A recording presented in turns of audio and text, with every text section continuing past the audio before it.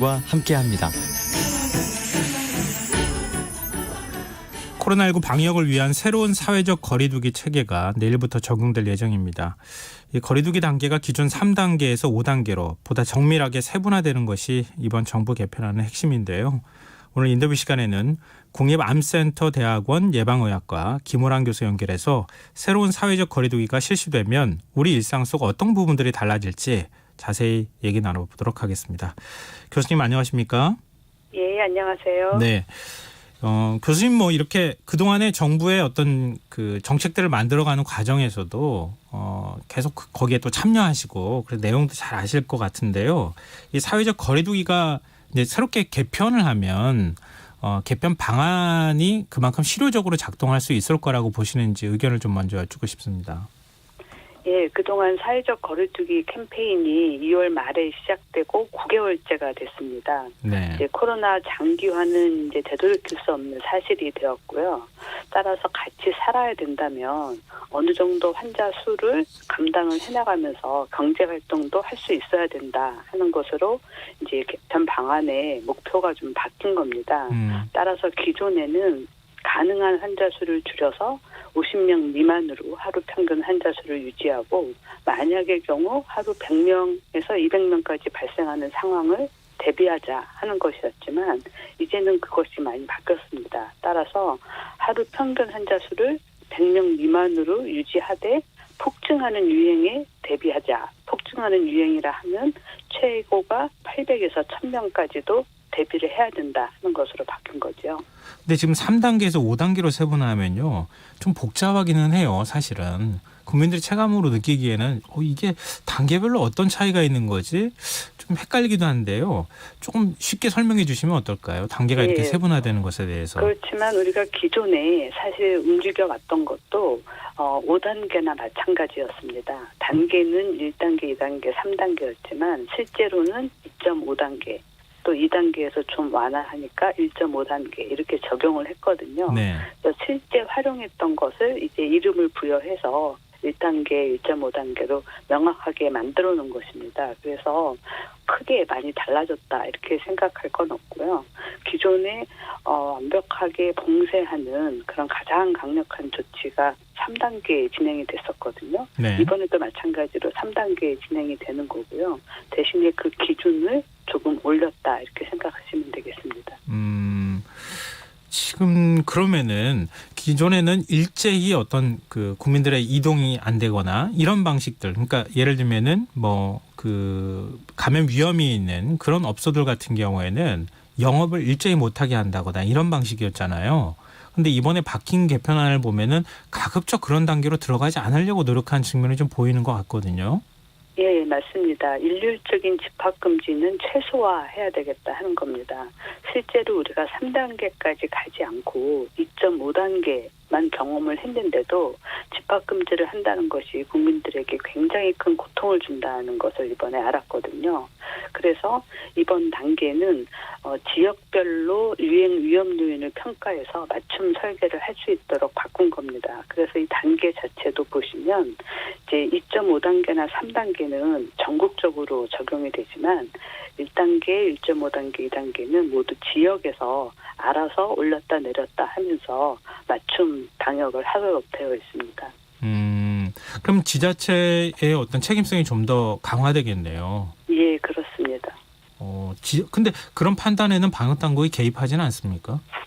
예, 실제로 지금도 유행이 일어나면 지자체가 거의 다 책임을 지고 역학조사도 하고 그 시설에 대한 점검도 하고 다 합니다. 그래서 이 감염병이 코로나19가 신종 감염병이어서 1급 감염병이긴 하지만 이 중증도나 치명률 관리하는 것은 지자체 수준에서 할 수 있는 정도거든요. 그래서 지자체에서 좀 더 빠르게 대응할 수 있고 맞춤 대응을 할 수 있도록 이렇게 바꾼 거죠. 근데 기존에 이제 3단계로 사회적 거리두기 단계가 정해져 있을 때에도 사실은 기존의 정부에서 발표했던 확진자 숫자 꼭 거기에만 그 숫자가 예를 들면 100명이라고 하면 100명이 넘어섰다고 해서 곧바로 사회적 거리두기 단계가 상향 조정되거나 그러지는 않았거든요. 예, 맞습니다. 또 지난번에는 그 기준 확진자 수가 2주 평균이었습니다.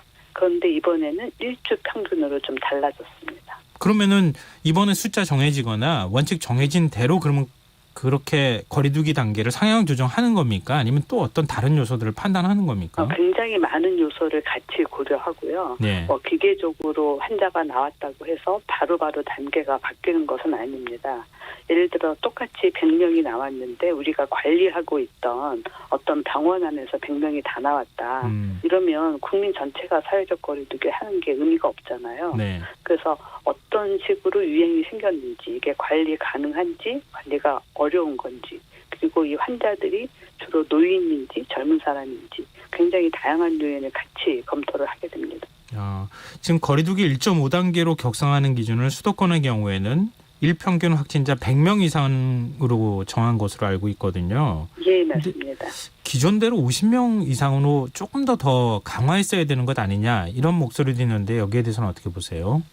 예, 만약에 환자 수를 줄이는 것 효과만 보면 그렇게 생각할 수 있는데 이제는 효율성도 같이 고려를 해야 됩니다. 8.15 집회 이후에 우리나라 환자 수준이 많이 높아져서 하루 50명 미만으로 유지하려면 굉장히 고통스러운 사회적 거리두기를 우리나라에서 계속 해야 되는데 그렇게 하기에는 국민들의 수용성이 이제 많이 떨어져 있는 상황입니다. 그래서 게다가 더 중요한 것은 환자가 그럼 50명 나올 때 100명 나올 때 의료기관에서 그것을 감당을 할 수 있느냐 없느냐 하는 것이 중요한데요. 8.15 이후에 중환자실 여력을 좀 높였습니다. 그래서 지금 목표는 하루에 300명까지 환자가 나와도 중환자실은 큰 무리 없이 돌아갈 수 있도록 그렇게 대비를 하고 있거든요. 네. 그렇기 때문에 환자 수 자체를 최소한으로 줄이자. 이것이 지금 목표가 아니라는 것을 이해를 하셔야 되겠습니다. 근데 이제는 1단계에서도 실내에서도 마스크 착용이 의무화가 되는 겁니까? 예, 그렇죠. 그전에는 고위험 시설에서만 마스크 착용이 의무화됐었습니다. 그런데 이제는 중점관리시설, 일반 관리시설 모두 마스크 착용이 의무화가 됐습니다. 그러니까 사실 마스크 착용은 어떤 단계 구분 없이 무조건 시설이나 감염의 우려가 있는 곳에 가면 당연히 마스크 착용해야 되는 것이다. 이렇게 이해하면 되겠네요. 그렇죠. 사실 지금 우리가 쓸 수 있는 방역 조치 중에서 마스크만큼 효과가 있는 것이 없습니다. 아마 기억하시겠지만 지난번 파주 이제 스타벅스 유행 사례에서도 마스크를 쓴 직원들은 하나도 걸리지 않았거든요. 그리고 의료기관에서 의사 선생님들도 다 마스크 하나에 의지해서 환자들을 보고 있잖아요. 네.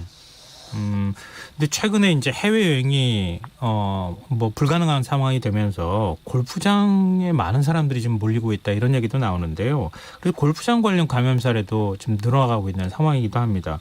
이 사회적 거리두기 지침도 이제 골프장용으로 배포가 되기도 했는데 골프장을 이용할 시에 어떤 부분을 좀 조심해야 될까요?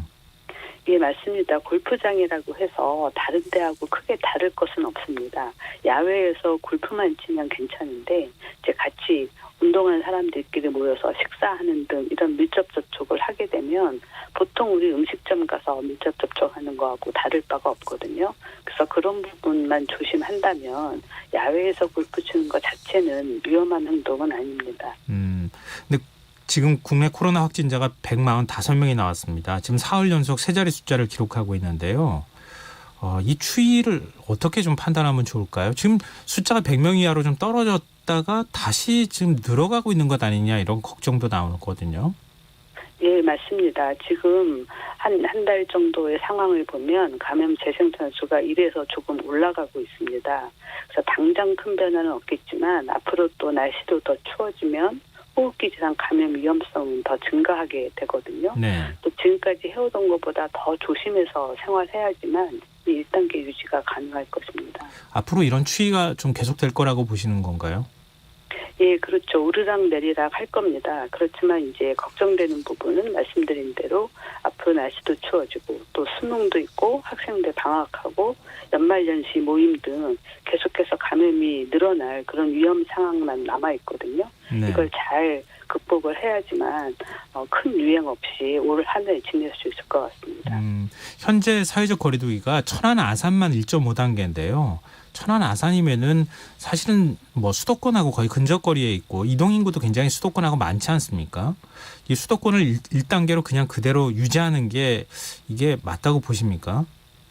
예, 걱정이 될 것 같습니다. 그런데 천안 아산에서 콜센터에서 유행이 나타났어요. 예. 우리가 사실은 3월 달에 이미 서울 구로 콜센터 유행을 겪었습니다. 그때 163명의 집단 감염이 있었거든요. 네. 이후에 이제 근무 인원도 줄이고 재택근무도 도입하고 뭐 책상 간 간격을 늘린다든지 아크릴판 세우고 마스크 쓰기 이런 방역 수칙을 도입해서 그 이후에는 콜센터 감염이 크게 줄었는데 이번 천안에서는 그런 방역 수칙을 지키지 않았던 것으로 보입니다. 그래서 직장에서 이런 위험 요인이 있는데도 불구하고 관리를 제대로 하지 않아서 유행이 일어나게 되면 앞으로는 아마 방역 관리자에 대해서도 이제 뭐 과태료를 부과한다든지 이런 일이 올 거라고 생각이 됩니다. 네. 좀 겨울철 뭐 독감 유행이나 또 지금 날이 추워지고 있는 부분에 대해서 걱정해 주셨는데요. 이 겨울철 대유행이나 독감과 동시 유행할 우려에 대해서 어떤 대책이 수립돼야 된다고 보십니까? 예, 가장 중요한 것은 우리가 지금까지 해오던 호흡기 방역 수칙, 마스크 쓰기, 손 씻기, 거리 두기 하셔야 되고요. 그리고 다행히도 인플루엔자는 백신이 있기 때문에 혹시라도 기저질환이 있다든지 아니면 같이 사는 가족 중에 이제 환자가 있다든지 뭐 취약한 어린아이가 있다든지 그렇다면 꼭 예방접종을 받으시는 게 좋겠습니다. 네, 알겠습니다. 교수님 말씀 들으니까 좀 정리가 되는 듯하면서도 여러 가지 걱정이 좀 되는데요. 예. 교수님도 많은 지금 국민들을 위해서 좀 노력을 해주셨으면 좋겠습니다. 오늘 말씀 고맙습니다. 예, 감사합니다. 네, 지금까지 국립안센터대학원 예방의학과 김호랑 교수였습니다. KBS 라디오 김성환의 시사일 1부 순서는 여기서 마무리하겠습니다. 2부에서는 화제 속 뉴스를 살펴보는 밤참 뉴스 불금의 교양학 순서로 찾아뵙겠습니다. 전 11시 정각 2부에 다시 찾아오겠습니다.